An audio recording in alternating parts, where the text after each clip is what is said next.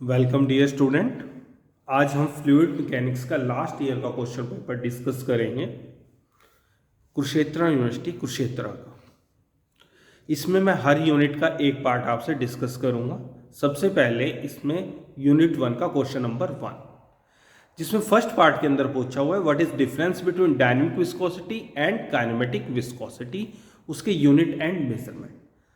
सबसे पहले हम बात करते हैं dynamic viscosity. It is a resisting property of fluid to shear force.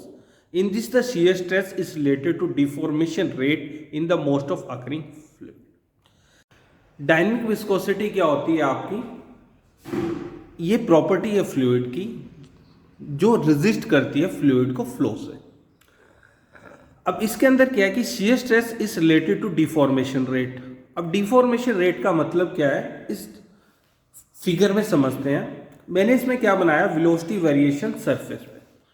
कोई भी आपका सॉलिड सरफेस है उसमें क्या है, जैसे फ्लूइड आपके लेयर बाय लेयर मूव करता है।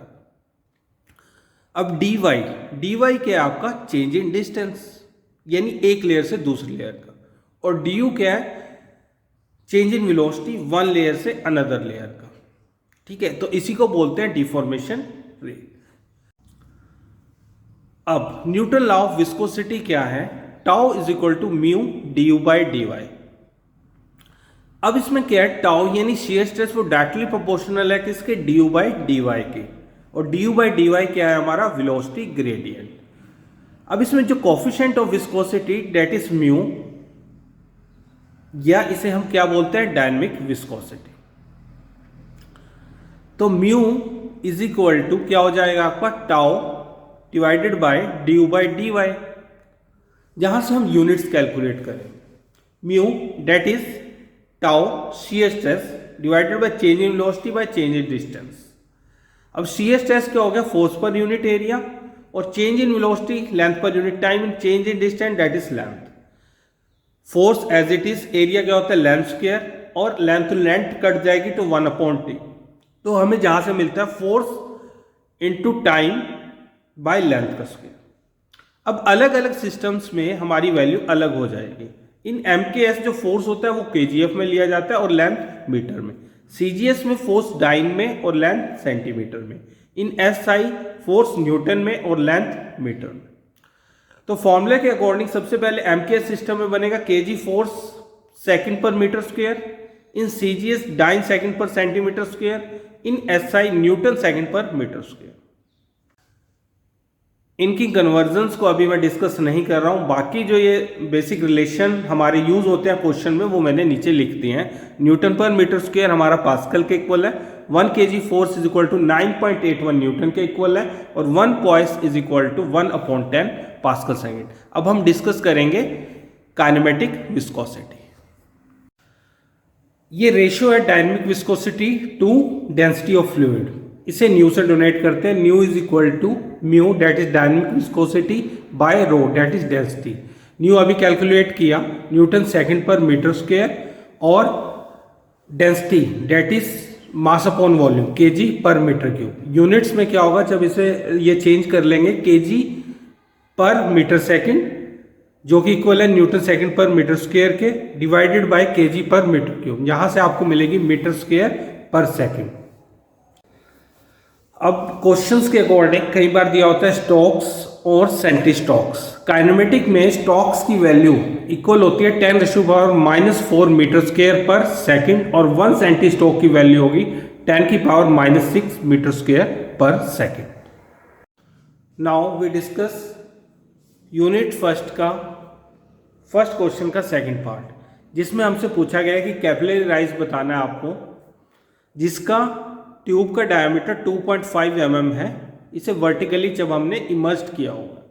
दो केसेस में पूछा है वाटर और मर्करी। इसके लिए सबसे पहले आपको पता होना चाहिए कैपिलैरिटी। कैपिलैरिटी वो फ्लूइड की प्रॉपर्टी है, इसमें क्या होता है जो भी कोई आप स्मॉल ट्यूब लोगे जिसका डायमीटर बहुत लेस होगा, उसमें क्या होता है फ्लूइड प्रॉपर्टी शो करता है राइज और डिप्रेशन की। मेनली ये अपीयरेंस होती है आपकी ये कॉर्नर्स के ऊपर। इसमें क्या है कि आपको सरफेस टेंशन की वैल्यू दी हुई है वाटर में 0.0725 न्यूटन पर मीटर, मरकरी की 0.52 न्यूटन पर metre, specific gravity of mercury 13.6, angle of contact mercury का दिया हुआ है 130 डिग्री, वाटर की स्पेसिफिक ग्रेविटी आपकी 1 होती है। डेंसिटी ऑफ मर्करी हम निकाल लेंगे, स्पेसिफिक ग्रेविटी को मल्टीप्लाई कर देंगे वाटर की डेंसिटी से, तो 13.6 मल्टीप्लाई बाय 1000 kg पर मीटर क्यूब। अब डायामीटर को हमने चेंज कर लिया मीटर में, 1 metre is equal to 100 centimetre, तो 1 metre is equal to 100 into 10 mm हो जाएंगे आपके, तो 1 mm की वैल्यू निकल जाएगी 2.5 mm में 2.5 इंटू 10 की पावर -3 मीटर आ जाएगा। वाटर के केस में एंगल ऑफ कॉन्टैक्ट की वैल्यू है 0 डिग्री, तो H is equal to 4 sigma by rho G D.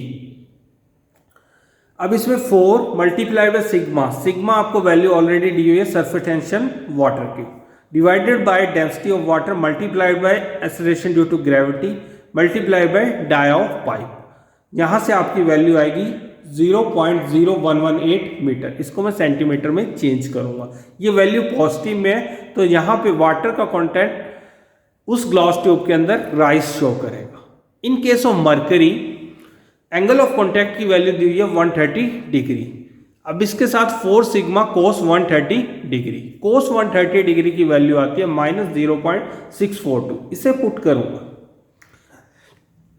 यहां पे, divided by 1000 into 13.6 multiplied by 9.81 into 2.5 into 10 की पावर -3, 10 की पावर -3 और 1000 ये आपस में कैंसिल हो जाएंगे, और इन्हें फर्दर कैलकुलेशंस पे मुझे मिलेगा 1.33 अबव एंड डिवाइडेड बाय 333.54, यहां से मुझे मिलेगा -0.039 मीटर। इसको चेंज करके मैंने लिखा है इक्विवेलेंट करके 0.04 मीटर, तो इसकी वैल्यू नेगेटिव में आई है 0.4 सेंटीमीटर। ये क्या है, डिप्रेशन शो करेगा मर्करी के केस में, जो एंगल ऑफ कॉन्टैक्ट जो इसका सरफेस होगा वो नीचे की तरफ जाएगा। Thank you. नेक्स्ट क्वेश्चन हम नेक्स्ट लेक्चर में डिस्कस करेंगे।